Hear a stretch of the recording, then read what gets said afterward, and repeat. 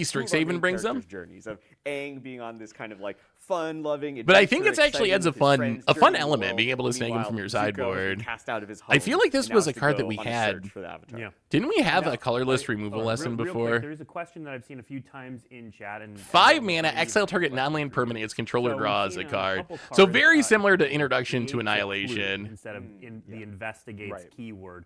Why did you all go with that here? So that was both a mechanical and a flavorful thing. So we loved clues in the set. Clue felt like So they a fun basically way to basically capture- got rid there's of a lot investigate because it different doesn't fit characters the that are flavor. investigating, that are searching for the avatar. They find Which honestly, clues I don't like really care. Guitar's necklace and like Iroh's sandal that he leaves over. But I guess it makes so there are a lot of sense. fun Like ideas for clue cards. investigating We felt that feels it more played well MKM, with like the Murder's set. a Carlove But Manor the than word Avatar investigate probably. didn't quite fit flavorfully. But Sure. the other thing is that we make a lot. Oh yeah, I guess that's true. back when we The made old one was a Investigate the first sorcery, time so around, that's a meaningful in Shadows over upgrade. Innistrad, That's a we didn't make meaningful lot of upgrade all by artifact tokens. itself. It was a pretty Plus, novel like, thing. Sure.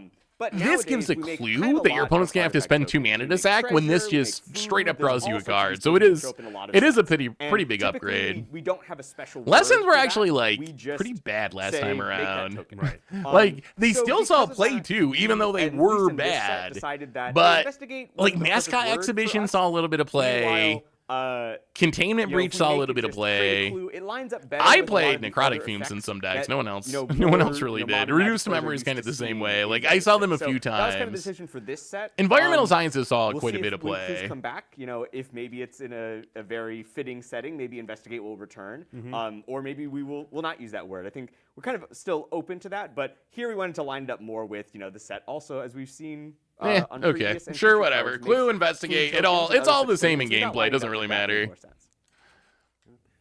I cut you off No, earlier. I was actually gonna cue that up and be like, wait a second, we're missing a word here. So that's the Great perfect minds think alike, conversation.